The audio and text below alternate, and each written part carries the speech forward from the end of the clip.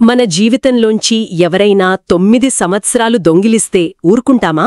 అస్సలూరుకోం. కదా? కాని భారతదేశంలో మనం రోజూ పీల్చే గాలి మన ప్రమేయం లేకుండానే నిశ్శబ్దంగా మనందరి జీవితకాలం నుండి సగటున 9 ఏళ్లను దొంగిలిస్తోందని ఒక అంచనా. నమ్మడానికి కొంచెం కష్టంగా ఉంటుంది. అవును. ఈరోజు మనం ఈ కనిపించని దొంగ గురించి, అది మన ఇంట్లోకి, మన శరీరంలోకి ఎలా చొరబడుతుందో, దాని నుండి మనల్ని, మనవాళ్లని ఎలా కాపాడుకోవాలో లోతుగా మాట్లాడుకుందాం. తప్పకుండా. ఈరోజు మన చర్చ వాయు కాలుష్యం గురించి. కానీ ఇది కేవలం ఏదో పర్యావరణ పాఠం కాదు. కానేగాదు. ఇది మన ఆరోగ్యం, మన ఆర్థిక వ్యవస్థ, మన పిల్లల భవిష్యత్తు, వీటన్నిటితో ముడిపడి ఉన్న ఒక పెద్ద సవాలు. అందించిన సమాచారం ఆధారంగా ఈ 9 ఏళ్ల నష్టం వెనుక ఉన్న కారణాలేంటో, ఆ నష్టాన్ని మనం ఎలా పూడ్చుకోగలమో విశ్లేషిద్దాం. మొదలు పెట్టడానికే ఇంత తీవ్రంగా ఉంది. అసలు ఈ సమస్య ఎంత పెద్దదో కొన్ని లెక్కలు చూస్తేగాని అర్థం కాదనుకుంటా. ప్రపంచవ్యాప్తంగా పరిస్థితి ఎలా ఉంది? ఉన్నాయి. కానీ ఆ నంబర్లు వింటేనే కొంచెం ఆందోళనగా ఉంటుంది. చెప్పండి. ప్రపంచ ఆరోగ్య సంస్థ అంటే WHO వాళ్ల లెక్కల ప్రకారం ప్రతి ఏటా ప్రపంచవ్యాప్తంగా 70 లక్షల మంది 70 లక్షలా? అవును, 70 లక్షల మంది కేవలం ఈ గాలి కాలుష్యం వల్లే చనిపోతున్నారు. అంటే ప్రతి నిమిషానికి దాదాపు 13 మంది అన్నమాట. అమ్మో. ఇంకా షాకింగ్ విషయం ఏంటంటే ప్రపంచ జనాభాలో 99% మంది, అంటే దాదాపు మనమందరమా? అవును. WHO నిర్దేశించిన సురక్షిత పరిమితులను దాటిన గాలినే పీలుస్తున్నాం. 99%? అంటే స్వచ్ఛమైన గాలి అనేది ఈ రోజుల్లో ఒక విలాసంగా మారిపోయిందనమాట. ఇక మన దేశం విషయానికొస్తే, భారతదేశంలో పరిస్థితి మరింత ఆందోళనకరంగా ఉంది. 2019లో మన దేశంలో జరిగిన మరణాలు, అవును, 17 లక్షల మరణాలకు ప్రత్యక్షంగానో పరోక్షంగానో వాయు కాలుష్యమే కారణం. 17 లక్షలు! ఇది దేశంలోని మొత్తం మరణాలలో 18%. సరిగ్గా చెప్పారు. అంతేకాదు, దీనివల్ల మన ఆర్థిక వ్యవస్థపై పడుతున్న భారం కూడా చాలా పెద్దదే. మన జీడీపీలో 1.4% నష్టపోతున్నాం. ఒక నిమిషం. 1.4% జీడీపీ నష్టమంటే దాన్ని మనం సులభంగా అర్థం చేసుకోవాలంటే ఎలా చెప్పొచ్చు? ఆ నష్టాన్ని మరోలా చూద్దాం. మన ప్రభుత్వం ప్రతి సంవత్సరం విద్య మీద పెట్టే మొత్తం బడ్జెట్ కంటే ఈ నష్టం ఎక్కువ. అలాగా? అంటే మనం స్వచ్ఛమైన గాలిని నిర్లక్ష్యం చేయడం వల్ల మన పిల్లల చదువుల కోసం ఖర్చు పెట్టగల దానికంటే ఎక్కువ డబ్బును అనారోగ్యాల రూపంలో, ఉత్పాదకత కోల్పోవడం రూపంలో పోగొట్టుకుంటున్నాం. ఇది కేవలం పర్యావరణ సమస్య కాదు, ఇది మన అభివృద్ధికి గొడ్డలిపెట్టు. నిజమే. ఇంత నష్టాన్ని కలిగిస్తున్న ఈ కాలుష్యానికి అసలు మూలాలెక్కడున్నాయి? ఎక్కడుండి వస్తోందిదంట? దీనికి చాలా కారణాలున్నాయి. కొన్ని సహజమైనవి అయితే ఎక్కువ శాతం మానవ తప్పిదాలే. అంటే? ముఖ్యంగా ఇళ్లలో వంట కోసం కట్టెలు, పిడకలు వాడటం, రోడ్ల మీద పెరిగిపోతున్న వాహనాలు, ఫ్యాక్టరీల నుండి వచ్చే పొగ, ఆగకుండా జరిగే నిర్మాణ పనులు, అడవుల్లో కార్చిచ్చులు, ఇవన్నీ గాలిని పాడు చేస్తున్నాయి. అవును. ముఖ్యంగా ఢిల్లీ లాంటి నగరాల్లో చలికాలం వచ్చిందంటే చాలు గాలి పీల్చడానికి భయపడాల్సిన పరిస్థితి. ప్రతి ఏటా మనం పంట వ్యర్థాలను కాల్చడం గురించిన వార్తలు వింటూనే ఉంటాం. నిజమే. పంజాబ్, హర్యానా వంటి రాష్ట్రాల్లో రైతులు పంట వ్యర్థాలను కాల్చడం ఢిల్లీ కాలుష్యానికి ఒక ప్రధాన కారణంగా మారింది. ఆ పొగంతా గాలి ద్వారా ఢిల్లీకి చేరుకుని అక్కడ పరిస్థితిని మరింత దారుణంగా మారుస్తుంది. అయితే ఇక్కడ చాలామందికి తెలియని విషయమేమిటంటే, ఆ రైతులు సరదాకి అలా చేయడం లేదు కదా? లేదు. వారికి సరైన ప్రత్యామ్నాయాలు, యంత్రాలు అందుబాటులో లేకపోవడం, ఆర్థికంగా వెసులుబాటు లేకపోవడం కూడా ఒక ముఖ్య కారణం. సమస్యను కేవలం రైతుల మీదకు నెట్టేలేం. ఖచ్చితంగా. మీరన్నది చాలా ముఖ్యమైన పాయింట్. ఇది చాలా సంక్లిష్టమైన సామాజిక ఆర్థిక సమస్య. సరే, ఈ పొగ, దుమ్ములో మన కంటికి కనిపించని అసలైన శత్రువు ఒకటుంది. అదేంటి? దాని పేరు పార్టిక్యులేట్ మ్యాటర్, ముఖ్యంగా PM 2.5. PM 2.5 మనం తరచూ వినే పేరే. అంటే సూక్ష్మ ధూళి కణాలు కదా? అది ఎంత ప్రమాదకరమైనవి? అవి ఎంత చిన్నవి అంటే మన తల వెంట్రుక మందంలో 30వ వంతు ఉంటాయి. ఊహించుకోండి. 30వ వంతా? అస్సలు నమ్మశక్యంగా లేదు. అంత చిన్నగా ఉండడం వల్లే అవి చాలా ప్రమాదకరం. మనం గాలి పీల్చినప్పుడు మన ముక్కు, గొంతు వాటిని ఆపలేవు. అంటే నేరుగా లోపలికి వెళ్ళిపోతాయన్నమాట. అవును. అవి నేరుగా మన ఊపిరితిత్తుల లోపలికి, అక్కడి నుండి రక్తంలోకి కలిసిపోతాయి. ఏంటి? రక్తంలో కలిసిపోతాయా? అంటే అవి మన శరీరమంతా ప్రయాణిస్తాయన్నమాట. ఇది వింటుంటేనే భయంగా ఉంది. అవును. అందుకే వాయు కాలుష్యం వల్ల సంభవించే మరణాలలో 80% ఈ PM2.5 కణాల వల్లే జరుగుతున్నాయని ఒక అంచనా. 80%? ఈ సూక్ష్మ కణాలు మన రక్తంలో కలుస్తున్నాయంటే అవి కేవలం మన ఊపిరితిత్తులకే పరిమితం కావడం లేదన్నమాట. నిజమే.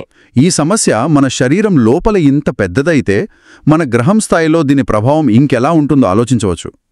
ఈ వాయు కాలుష్యానికి మనం తరచూ వినే గ్లోబల్ వార్మింగ్కి మధ్య ఏదన్నా సంబంధం ఉందా? మంచి ప్రశ్న.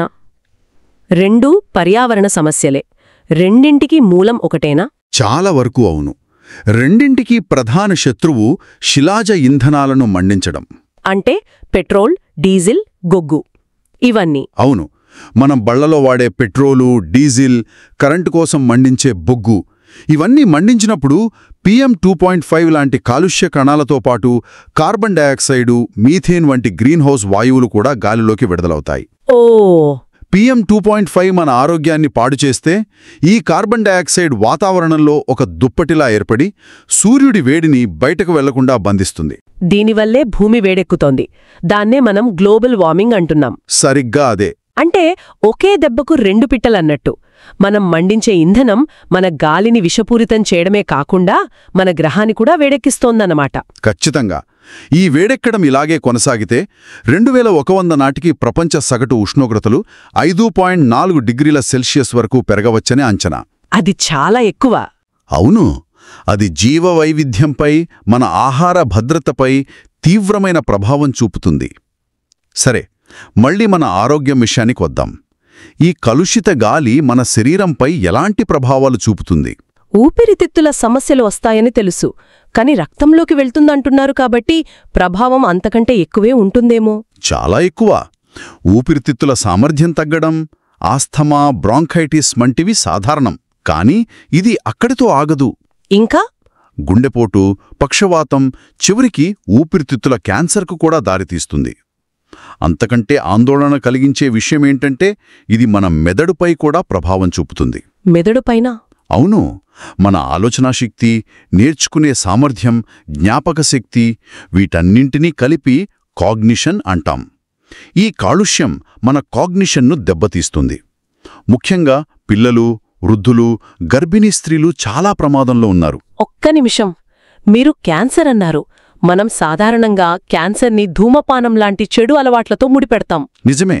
కానీ ఏ చెడు అలవాటు లేని ఒక వ్యక్తి కేవలం తను నివసించే నగరం వల్ల, తను పీల్చే గాలి వల్ల క్యాన్సర్ బారిన పడే ప్రమాదం ఉందంటే అది చాలా చాలా తీవ్రమైన విషయం. అవును.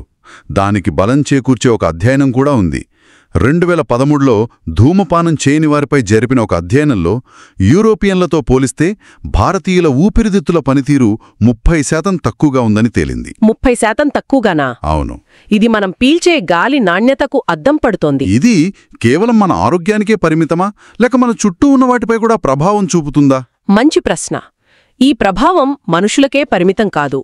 ఇది మన వారసత్వ సంపదను కూడా నాశనం చేసుతోంది. ఉదాహరణకి? ఉత్తమ ఉదాహరణ మన తాజ్మహల్.